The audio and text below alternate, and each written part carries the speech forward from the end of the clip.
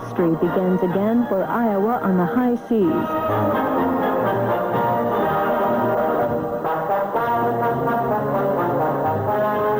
With pomp and circumstance befitting a former queen of the Navy, the mighty Eye awakens from a 26-year slumber to once again answer the call of her country.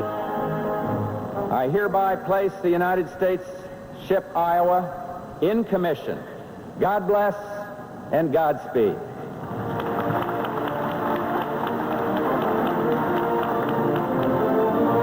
Her very name evokes images of victory at sea in a bygone era when might was right and biggest was best. Now she steams toward a new, more uncertain horizon to add a fresh chapter in the log of fighting ships that have sailed with the name of Iowa.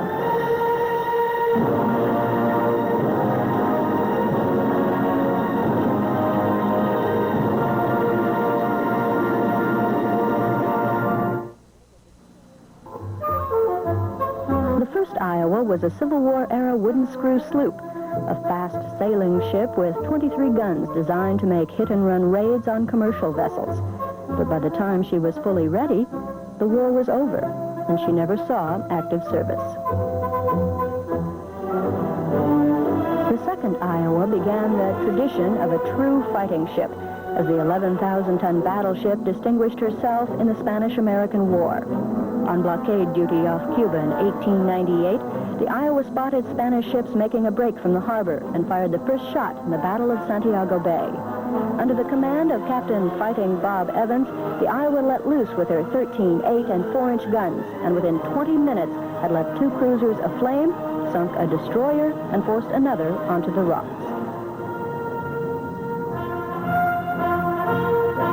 When the fleet surrendered, prisoners were taken on board. Quoting Captain Evans's account, blood was all over the Iowa's usually white quarterdeck, and 272 men were supplied with water and food by those who a few minutes before had been using a rapid-fire battery on them. This Iowa was in and out of mothballs 3 times before meeting her somewhat ironic end. The warrior that had defended herself and her country in a valiant career served now as the target in gunnery practice for her sister ships. She sank to the bottom of the Bay of Panama to the strains of the national anthem as sailors circled around to salute her. One admiral summed it up, "She was a good ship, and that was good shooting." The destruction wrought by World War I convinced leaders to do something to contain the doomsday machines of the day, battleships. In 1922, the United States, Britain, Japan, France, and Italy signed the first successful arms limitation treaty, setting restrictions on the number and size of warships.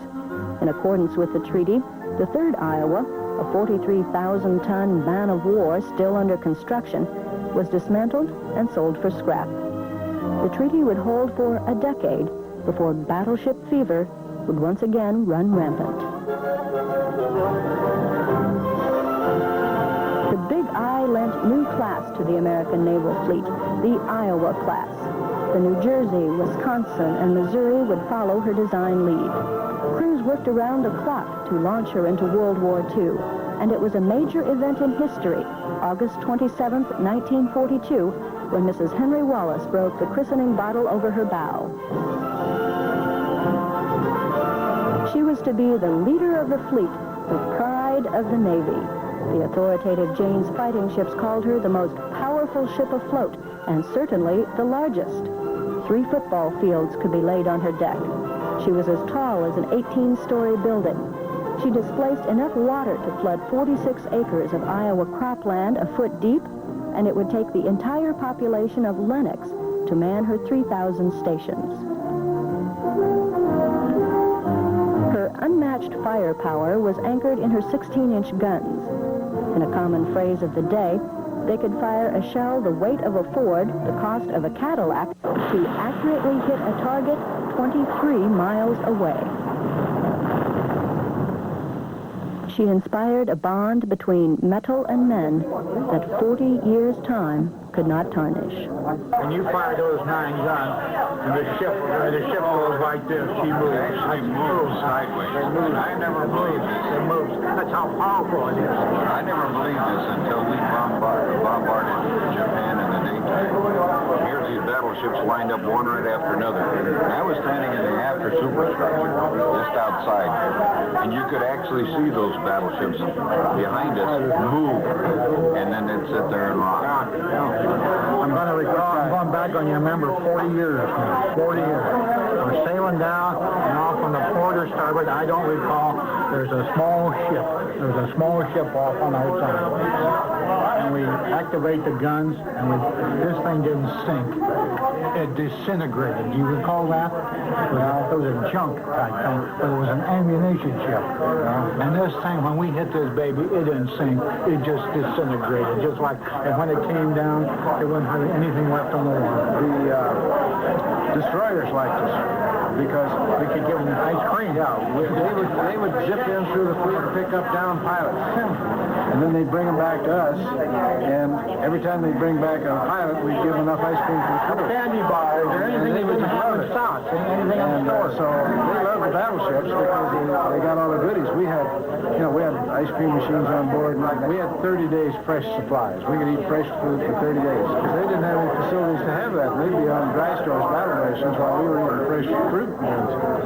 So they just loved it to pick up a pilot and bring it over. They bring it to us because we'd give them the ice cream. Take it back to the carrier, they didn't get the ice cream. We transported. We could give them more than one flavor if we sent our mind to it, couldn't we, Doctor? Huh? If we sent our mind, we could give them more than vanilla. My little girl was 2.5 when the ship was dried out the Military Point. And then we went back home and watched them, having watched her go under the Golden Gate back to war. And when we go to the movie and the good old newsreels would be on, Kathy would, sometimes we'd see the Iowa, in the newsreels. And she'd say, Daddy's ship, smack the bad Japs. I think probably when we went into that battle, we probably, distance-wise, we were overextended for the range of the aircraft. And I recall that listening to the intercom, Japanese talking in English, asking for permission to land on the Lexington or land on this cruiser, and the request being denied because we couldn't handle our own personnel, and then you'd hear it dive, and then you'd hear it flash into the sea. But I also remember that night where they took the battle wagons on one side of the cruiser and destroyer and lined them up and turned all their searchlights off and ran the carriers right down the middle of the ocean so we could pick up our people. Now, we lost a lot of people in the first spell because we didn't pick up survivors. This was a nighttime landing, and when it came daytime, they were gone. But we lined those carriers right up down the middle of the ocean and turned the searchlights on, which was unusual in wartime, to bring those babies in home, the guys home safe. And I think this maneuver saved a lot of lives, because these guys are coming in. I was listening to them on the radio, and out of gas. They're just in a glide pattern when they came in. Landed on the first carrier they got. And then when they landed, they got out and they dumped the thing over the ship, over the side of the carrier, so the next plane could come in and just kick the plane off the side, to get the next one in. We turned around after that then and went back up north and bombarded the Japanese homeland itself and broadcast back by radio while we were actually doing it. People could hear the guns going off, the shells going off. And we would hear the guys in fire control talking on the telephones, giving orders. Because we'd been back to the States and radio gear had been put aboard to broadcast the end of the war back. And the peace treaty the surrender was supposed to have been signed on board the Iowa. And when Roosevelt died, Truman switched it over to the Missouri. But we still had the last bit because they didn't have radio gear. They had to they recorded it, put the whale break, sent it over to us, and we broadcast all the ceremonies back in the States. So we got the last laugh on them anyway. It is a centerpiece. For instance, during the Korean conflict, whenever the ship would go into the 7th Fleet, they would position it in the center of the fleet with destroyers around it and carriers around it, but it was the center because it was big and awesome. Very seldom was the Iowa ever shot at, although at the time we were in Korea, we had a fellow aboard who was a skipper, Captain Smedberg, and he thought nothing of going a mile and a half or 2 miles offshore, where he was very vulnerable to the smaller cannons and that they would shoot with. And he would go in that though so he could shoot 15 miles inland for support. But we very seldom ever got shot at, simply because they were afraid of the retaliation of what the Iowa could do. Not only did we have big 16-inch on there, but we had a whole mess of 5-inch and 40 millimeters that at a mile and a half offshore could have devastated anything. She was a magnificent ship. Very clean. Had an excellent crew. And I think probably she's as good a ship as any there was in the world. I really do.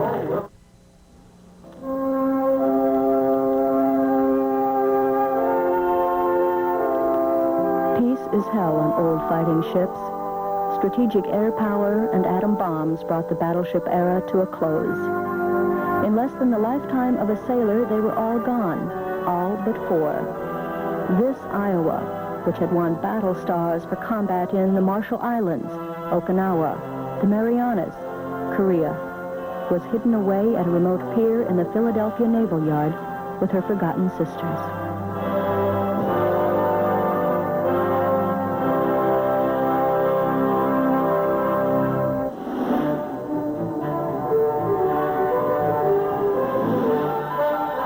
September 1982.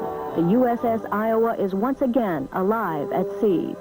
Eased from her crypt among the mothball fleet, towboats guide her to the Ingalls shipyard in Pascagoula, Mississippi, where the floating fortress of 1944 will be transformed into the Big Stick of 1984.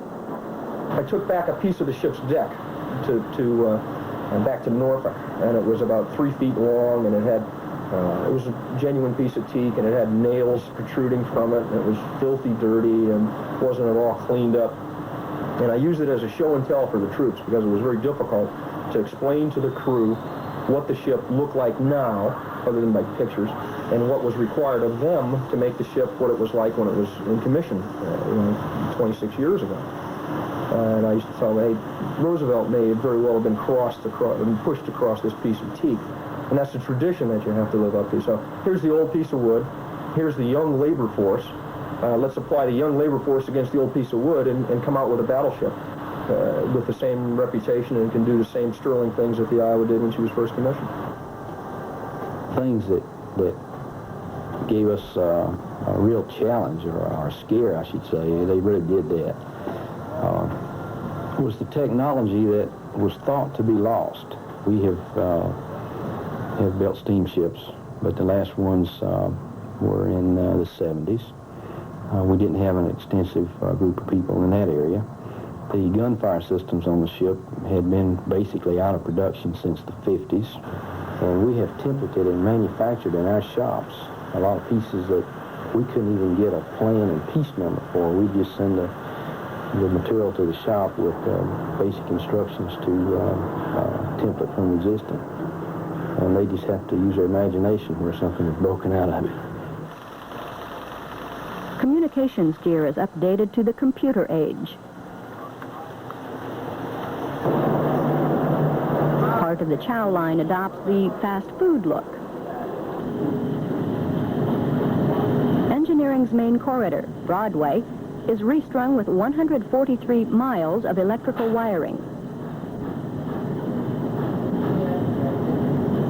And some of the original teak deck has given way to a helicopter pad. Nowhere is the mix of the old and new battle wagon more apparent than in its weaponry, the mainstay of which is still the giant 16-inch guns. They're designed mainly for shore bombardment, and they are probably one of the best weapons they've got in foreshore battery, because you don't have to get in that close to wipe out targets.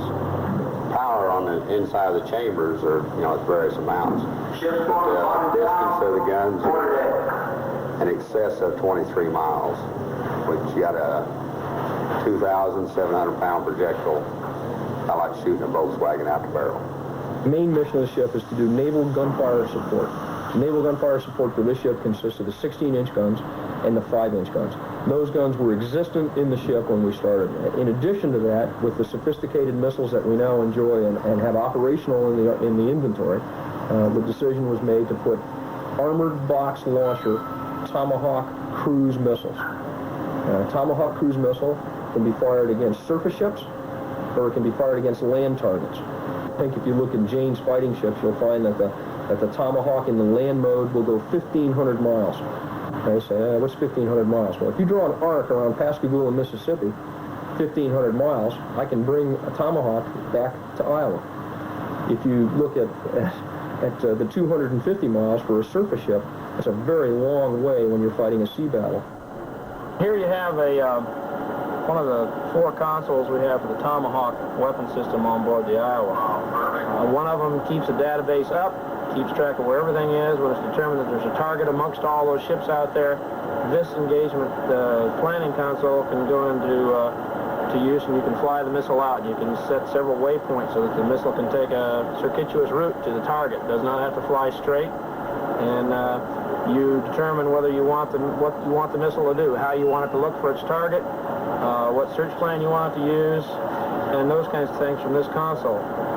And as you punch all that up, you send that over to the other launch control consoles. They get an alarm over there, and it's a cue for the man to press a button and start his engagement with the launcher itself. We have 16 Harpoon missiles. It has a very good range, a 65-mile range, and it's against surface ships, straight surface ship. It's an excellent anti-surface unit warfare weapon. Very reliable, very simple to operate, very little bit of maintenance that needs to be done on it. Let's run the course with enthusiasm, positive attitude, and style. Set your goals higher than ever before, and the result will be that the Iowa will return to the fleet with the reputation you so richly deserve. We have guys who are 55 years old who've come back on active duty. That's a significant change in lifestyle, from 3 squares a day on land and home at 4 o'clock to working 12 hours a day, 7 days a week. They've done very well. I'd have to say flawlessly. But they provided stability to the younger guys who signed up to come to this ship. You know, the 17-year-old. So the 55-year-old and the 17-year-old get together, and the 17-year-old academically frankly has done much better. We have a very rigid, formal courses of instruction for whatever rate the guy may be in. And the academic results were very much in favor of the young guys, who really annoyed the older guys. But they worked harder, and they pulled SAT too. So it's been a very good mix.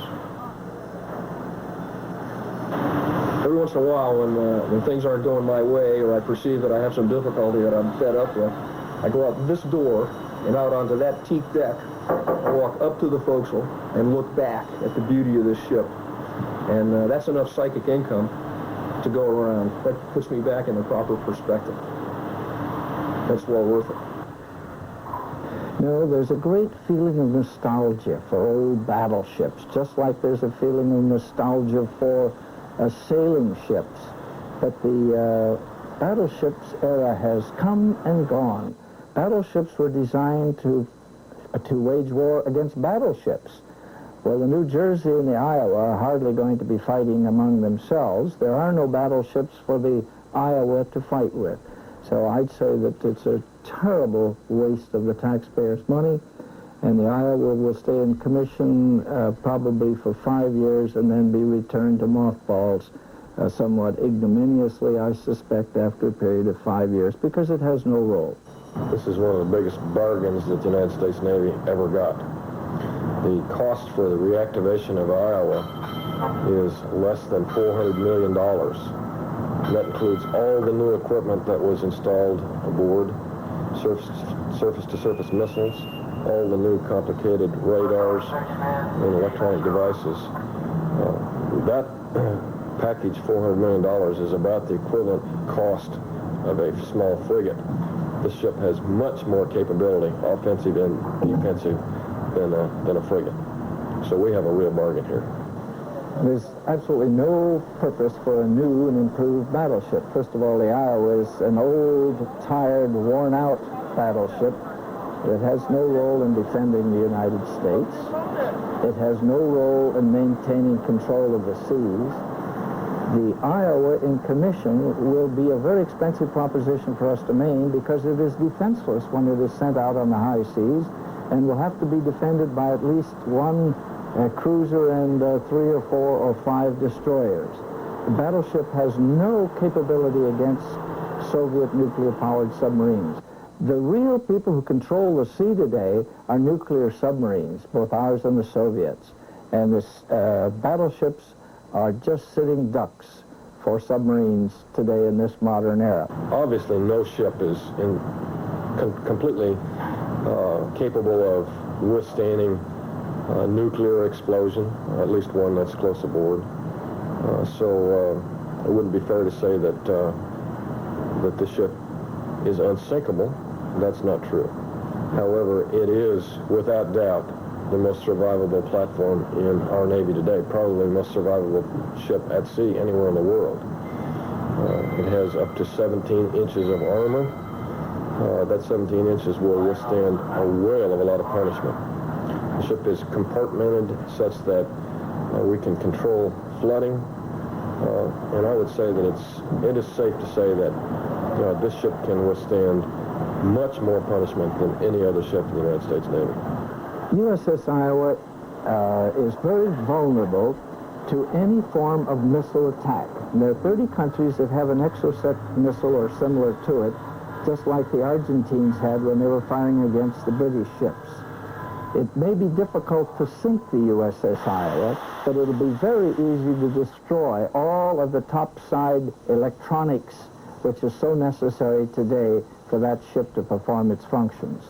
The USS Iowa is also very vulnerable to an attack from a Soviet nuclear-powered submarine, which could fire homing torpedoes at the Iowa, destroy its 4 propellers, and stop that Iowa dead in the water. There is no way to defend a ship like the Iowa against Soviet homing torpedoes. No way to defend their propellers or to protect them from an attack. This ship would not operate independently. The ship has no sonar, which is the device used to locate submarines under the water. We would operate in a battle group, probably in a carrier battle group, but certainly would have with us escort ships that are specifically equipped to find submarines. We also would carry with us a helicopter, which is equipped to find submarines. So our primary defense against submarines and the torpedo would be a screen of escort ships, as well as our own helicopter defense. My friends in foreign navies think we're insane. They can see no reason whatsoever to be bringing old battleships out of commission and putting them into commission. They think that we must have just so much money that we can afford to waste all kinds of it, that it boggles their mind. They think we're crazy. They laugh at us with our battleship. And we won't be able to stand their derision and laughter very long. In about 5 years, all of those old battleships will be back out of commission again in mothballs. Most of the people in the world who see Navy ships don't understand what it is that they're looking at. Even though most of our ships are very effective, have a great deal of capability, it's not always obvious from looking at the ship that capability exists because of the level of sophistication of our weaponry today.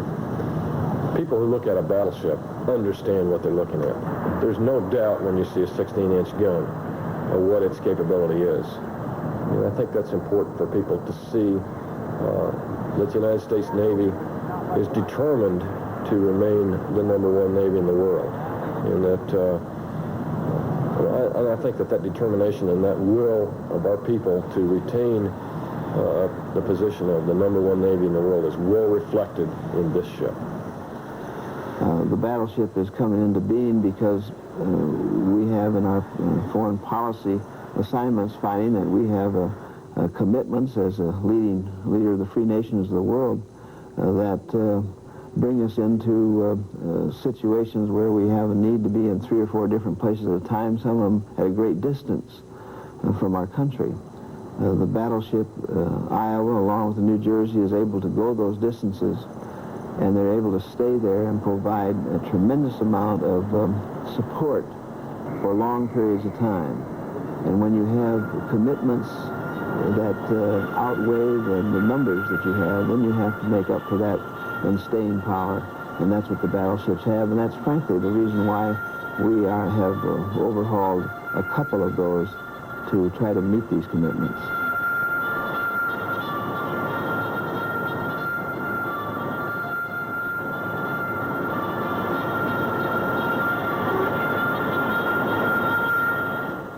The close relationship between the people of Iowa and their namesake ship was sealed in silver in 1896. The legislature paid $5,000 for a 41-piece silver service that incorporated designs of the state's traditional symbols with those of the sea. The collection has been aboard every Iowa in commission since then. On behalf of the state of Iowa, its citizens, and the State Historical Department, I am pleased to present the USS Iowa Battleship Silver Service to you. Iowa takes great pride in its namesake and those that have served on her. In recognition of the first battleship, USS Iowa, Iowa's legislature commissioned this tribute, and it is appropriate that this now be returned to the ship to continue on this heritage. Citizens of Iowa, I want to thank you on behalf of the ship USS Iowa for the security that you've provided to our silver and our bell for these many years. I guarantee you that we will continue to show it the respect it deserves and safeguard it the way that you have. The bell that has graced the state rotunda will also return to the new USS Iowa, but the steel and wood model of the ship, which the Navy loaned to the state in 1967, will remain. The 3,000-pound model is accurate to the smallest detail, built from the original blueprint of the Iowa and constructed before the ship itself. It will continue to awe school children, trigger memories for those who have served aboard the master, and reflect the esteem in which Iowans hold their battleship. This year, 1984, is the year of the USS Iowa in recognition of the recommissioning of this famous battleship, and we wish that you have many successful voyages on this ship, which is named after our state. Thank you.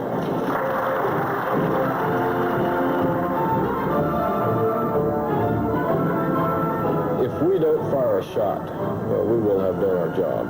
And I think most of our crew members feel that way, honestly. We want to be prepared to do the job, and if we're adequately prepared to do the job, that's our best defense.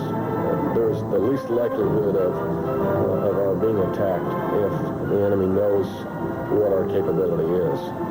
So we're not anxious to fire these weapons in anger. We're only anxious to be prepared to do so. And that's what my crew is working for. We don't feel that this ship represents devastation. We feel it represents the determination of the American people to be number one.